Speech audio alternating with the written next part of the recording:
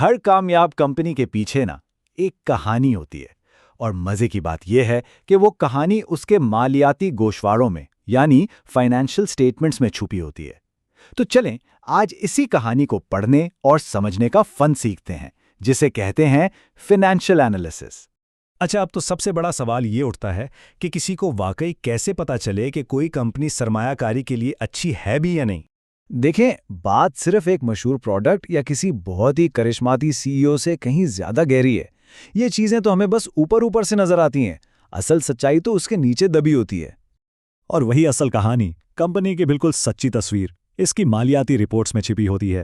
یہی وہ جگہ ہے جہاں نمبرز کبھی جھوٹ نہیں بولتے، اور اسی عمل کو فائنینشیل اسٹیٹمنٹ انالیسس کہا جاتا ہے۔ اگر بالکل آسان لفظوں میں سمجھیں تو یہ مالیاتی رپورٹس کو استعمال کرتے ہوئے کسی کمپنی کی ماضی، حال اور مستقبل کی کارکردگی کو پرکھنا ہے تاکہ بہتر معاشی فیصلے کیے جا سکیں۔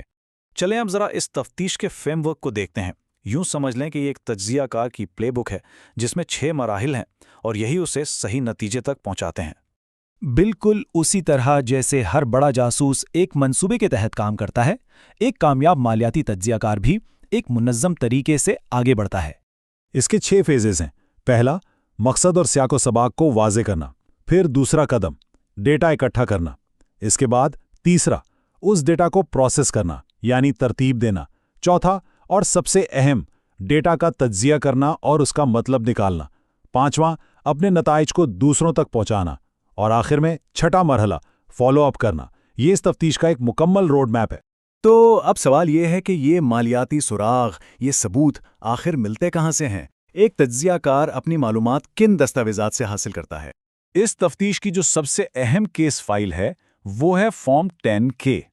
یہ ایک بہت تفصیلی سالانہ رپورٹ ہے جو کمپنیوں کو امریکی سیکیورٹیز اینڈ ایکسچینج کمیشن کو جمع کروانی ہوتی ہے۔ اس میں کاروبار کی تفصیل، خطرات اور آڈٹ شدہ مالیاتی گوشوارے سب کچھ موجود ہوتا ہے۔ اسی رپورٹ کا ایک بہت دلچسپ حصہ ہے مینجمنٹ ڈسکشن اینڈ انالیسس یا MDA۔ یہاں کمپنی کی انتظامیہ خود اپنے اچھے اور برے رجحانات اور غیر یقینی صورتحال پر بات کرتی ہے۔ یہ بالکل ایسا ہے جیسے انتظامیہ خود کٹہرے میں کھڑے ہو کر گواہی دے رہی ہو۔ اور یہیں سے ہمیں کمپنی کے اندر کی اصل کہانی نظر آتی ہے۔ زیرسی لمیٹڈ کی 2021 کی اس سیگمنٹ رپورٹ کو دیکھیں۔ یہاں صاف نظر آ رہا ہے کہ ڈیجیٹل انٹرٹینمنٹ کا شعبہ $2.5 ارب کا منافع کما رہا ہے، لیکن دوسری طرف ای کامرس کا شعبہ تقریباً $3.25 ارب کے نقصان میں ہے۔ اس سے بالکل واضح ہو جاتا ہے کہ پیسہ کہاں سے آ رہا ہے اور کہاں ڈوب رہا ہے۔ اچھا، ان تمام نمبرز و معلومات کی تصدیق کون کرے گا؟ یہیں پر ایک آزاد آڈیٹر کا کردار سامنے آتا ہے جو ایک غیر جانبدارانہ جائزہ پیش کرتا ہے۔ ایک آزاد آڈیٹر اس بات کی تسلی دیتا ہے کہ کمپنی کے مالیاتی گوشوارے کسی بڑی غلطی یا ہیرا پھیری سے پاک ہیں۔ یہ ایک طرح سے مالیاتی صحت کا سرٹیفکیٹ ہے۔ اب آڈیٹر کی رائے 2 طرح کی ہو سکتی ہے۔ انکوالیفائڈ اوپینین کا مطلب ہے کہ سب کچھ ٹھیک ہے، یہ سمجھیں کہ کلین چٹ مل گئی۔ لیکن کوالیفائڈ یا ایڈورس اوپینین ایک بہت بڑا ریڈ فلیگ ہے، ایک خطرے کی گھنٹی۔ یہ ایسا ہے جیسے آڈیٹر نے کوئی بڑی گڑبڑ پکڑ لی ہو۔ تو ٹھیک ہے، یہ سارا تجزیہ ہو گیا، لیکن اس کا نتیجہ کیا نکلتا ہے؟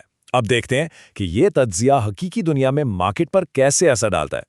کہانی کا آغاز ہوتا ہے وجہ سے۔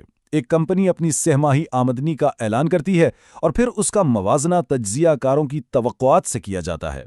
اور پھر ہوتا ہے اس کا اثر۔ جب سی لمیٹڈ نے اپنی ای کامرس سے آمدنی کی پیشگوئی معطل کی تو اس کے اسٹاک کی قیمت میں 14.3% کی زبردست گراوٹ آئی۔ یہ تجزیے کا براہ راست نتیجہ تھا۔ لیکن بات صرف اسٹاک کی قیمتوں پر ختم نہیں ہوتی۔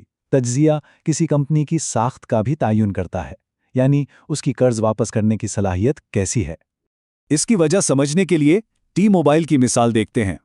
کریڈٹ ریٹنگ ایجنسیوں نے اس کی کامیاب آپریشنل اور مالیاتی کارکردگی کا بہت گہرائی سے تجزیہ کیا، اور اس کا اثر یہ ہوا کہ موڈیز جیسی بڑی ایجنسی نے ٹی موبائل کی ریٹنگ کو بڑھا کر اسے انویسٹمنٹ گریڈ کا درجہ دے دیا۔ اس سے کمپنی کے لیے بہتر شرائط پر قرض لینا بہت آسان ہو گیا۔ تو جیسا کہ ہم نے دیکھا، مالیاتی تجزیہ صرف نمبروں کا کھیل نہیں ہے، یہ کہانی کو بے نقاب کرنے کا نام ہے۔ ایک ایسی کہانی جس کے حقیقی دنیا میں ٹھوس اور بہت واضح نتائج نکلتے ہیں۔